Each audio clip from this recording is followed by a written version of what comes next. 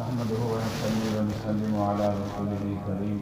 اما بعد فاعوذ بالله من الشيطان الرجيم بسم الله الرحمن الرحيم اياما معدودات ومن كان منكم مريضا او على سفر فعدة من ايام اخر صدق الله مولانا العظيم۔ رمضان المبارک کی روزوں کی فرضیت کے بعد اللہ تبارک و تعالی نے ماہ رمضان کے مسائل کا ذکر فرمایا۔ سب سے پہلے فرمایا ایام معدودات، فرمایا جو پورا مہینہ یہ رمضان کے روزے میں نے تم پر فرض کیے ہیں یہ چند دن گنتی کے ایام ہیں، اور یقیناً جو ہے جو اخلاص کے ساتھ جنہیں انتظار ہوتا ہے کہ ماہ رمضان آئے گا، ہم روزے رکھیں گے، تراویح کا قیام کریں گے، عبادات کریں گے، اللہ کو راضی کریں گے، ان کے لیے یہ چند دن گنتی کے ایام لگتے ہیں، اور اچانک یہ مہینہ ختم ہو جاتا ہے تو افسوس ہوتا ہے کہ اتنی جلدی یہ مہینہ جو ہے وہ ختم ہو گیا۔ لیکن جو عمداً رمضان کے روزے چھوڑنے والے مسلمان ہیں ان کے لیے یاد رکھیں کہ ایک ایک دن پہاڑ کی طرح معلوم ہوتا ہے، حالانکہ وہ روزے رکھتے بھی نہیں ہیں، جن کے لیے حدیث مبارکہ میں اللہ کی طرف سے بد نصیب کے ہلاکت کے الفاظ آئے، تو اللہ تبارک و تعالی ہر ایک ایسے مسلمان کو بھی رمضان کے روزے رکھنے کی توفیق عطا فرمائے جو عمداً چھوڑتے ہیں۔ تو یہ اللہ تبارک و تعالی فرما رہے ہیں چند دن گنتی کے ایام ہیں، لہذا ان کی قدر کرنے والے بنو۔ فمن کان منکم مریضا او علی سفر فعدۃ من ایام اخر، یہاں پہ شرعی مسئلہ جو ہے وہ یاد رکھیں، جو شرعی مسافر ہے، مثال کے طور پر شریعت کے اندر حکم فرمایا کہ 48 میل اگر اپنے گھر سے مسلمان سفر کا ارادہ کرتا ہے تو فرمایا کہ وہ شرعی مسافر کہلائے گا،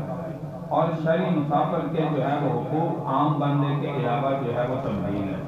جیسے عام بندے کے لیے نماز جو ہے وہ پوری ہے،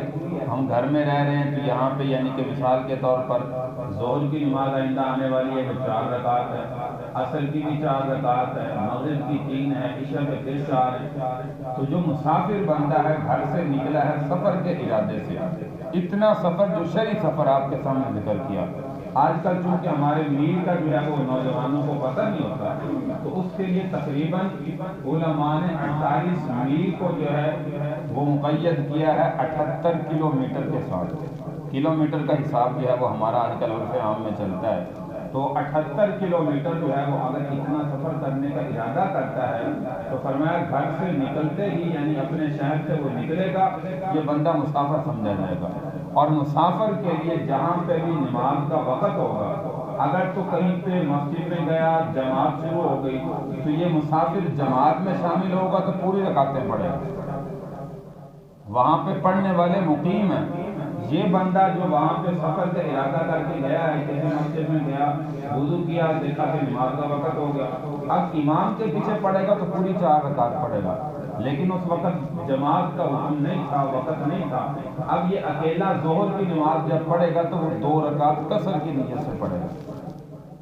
2 رکعت قصر کی نیت سے۔ یہ پیارے پیغمبر صلی اللہ علیہ وسلم نے اجازت مرحمت فرمائی، صحابہ نے فرمایا یا رسول اللہ اگر کوئی بندہ پوری پڑھ لے تو پھر؟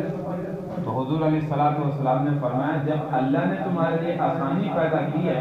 تم اپنے آپ کو مشقت میں کیوں ڈالتے ہو؟ اب یہ اللہ کی طرف سے حکم ہے، تو لہٰذا جو اللہ کی طرف سے حکم ہے وہ ہمیں قبول کرنا چاہیے،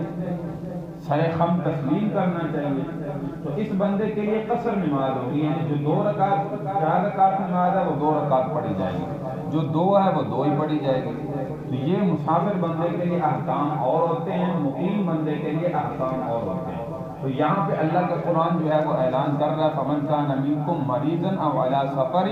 فعدۃ من ایام اخر، اتنا شرعی سفر کا انسان جو ہے وہ ارادہ کرتا ہے گھر سے۔ اور آپ جانتے ہیں کہ جب اللہ کا قرآن نازل ہوتا تھا ہمارے پیارے پیغمبر صلی اللہ علیہ وسلم پر، اس وقت کوئی ہوائی جہاز کا، کوئی گاڑی کا، کوئی موٹر سائیکل، جو ہمارے یہاں بائک ہے آج کل، سائیکل ہے، یہ چیزیں جو ہے وہ سواریاں نہیں ہوتی۔ اس وقت سب سے بڑی عمدہ سواری جو ہماری آج جو ہے وہ جیپ یا کار یا بڑی کرولا کوئی بھی گاڑی سمجھی جاتی ہے، وہ اس وقت اونٹ ہوا کرتا تھا۔ اور اونٹ پہ آپ جانتے ہیں کہ جب گرمی میں سفر ہو تو بڑی شدت ہوتی ہے، انسان کو بڑا مشکل ہوتا ہے، تو یہ شرعی سفر جو ہے وہ جب کرتے تھے تو فرمایا اللہ کا قرآن کہہ رہا ہے فمن کان منکم مریضا او علی سفر، اگر کوئی بندہ سفر کا ارادہ کرتا ہے تو فرمایا کہ وہ رمضان کا روزہ چھوڑ دے، اس کے لیے کوئی گناہ نہیں ہے۔ فعدۃ من ایام اخر، جب رمضان ختم ہو جائے، رمضان میں جو یہ روزہ سفر کی وجہ سے چھوڑا ہے بعد میں اس روزے کی قضا کر لے۔ ویسے دیکھیے آمدن رمضان کا ایک روزہ چھوڑنے والا کتنا گنہگار ہے۔ کل میں نے گزشتہ حدیث مبارکہ ذکر کی، حضور علیہ الصلوۃ والسلام نے فرمایا ساری زندگی بھی اس ایک روزے کی قضا میں گزار دے، جو اجر و ثواب رمضان کے فرض روزے کا اس کو ملنا تھا وہ ساری زندگی بھی یہ بندہ قضا رکھ کے حاصل نہیں کر سکتا۔ لیکن جو مریض ہے یا مسافر ہے، دوسرے نمبر پر مریض فرمایا، مریض ایسا ہے مثال کے طور پر جو ہے وہ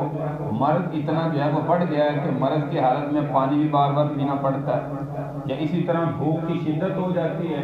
یا اسی طرح جو ہے وہ کوئی اور مسئلہ ہے، تو ایسے مریض کے لیے اللہ کا قرآن اجازت دے رہا ہے کہ اس کو چاہیے کہ وہ رمضان کا روزہ نہ رکھے، چھوڑ سکتا ہے، بعد میں یہ مریض بھی اس کی قضا کر لے۔ لیکن کوئی تھوڑا بہت مسئلہ ہو تو یہ بندہ نہ سمجھے کہ اللہ کے قرآن نے اجازت فرمائی ہے، جیسے کوئی یہاں سے اکاڑا کا سفر کرے، حجرہ کا سفر کرے، ہمارے جو قریب شہر ہیں، تو کہے کہ اللہ کا قرآن کہہ رہا ہے کہ مسافر بندہ روزہ چھوڑ دے تو میں بھی چھوڑ دیتا ہوں۔ تو یاد رکھیں کہ ایسے سفر میں مثال کے طور پر اگر کوئی 78 کلومیٹر بھی کرتا ہے، آج کل ہمارے پاس سہولت اتنی زیادہ ہے، انسان کے پاس اپنی گاڑی ہے، اس میں اے سی ہے، گرمی کی شدت محسوس نہیں ہوتی، آرام سے جاتا ہے آرام سے آتا ہے، تو ایسے بندے کو روزہ رکھنا چاہیے، چاہے وہ شرعی سفر بھی ہے۔ لیکن بہت سے لوگ تھوڑا سا سفر کرنا ہو 10 کلومیٹر 15 کلومیٹر تو وہاں پہ قسم نماز پڑھتے بھی نظر آتے ہیں، اور اسی طرح جو ہے وہ روزہ چھوڑتے بھی نظر آتے ہیں۔ تو میرے بھائی اللہ تبارک و تعالیٰ نے جو کلام مجید میں یہاں پہ فرمایا ہے فمن کان منکم مریضا، سب سے پہلے ایسا مریض اگر روزہ رکھتا ہے مرض کے بڑھنے کا خطرہ ہے، ڈاکٹروں نے تشخیص کر کے اس کو جو ہے وہ کہا ہے کہ تمہیں روزہ نہیں رکھنا، لیکن وہی بات جو میں نے جمعہ میں کی کہ ہمارے بزرگ بیچارے جو بیٹھے ہیں یہ جتنا بھی مرض بڑھ جائے وہ کہتے ہیں کہ روزہ کا صرف نہیں رکھنا، کی پتہ ساری زندگی کی ہے روزہ اسی کسی حال سے نہیں کرنا۔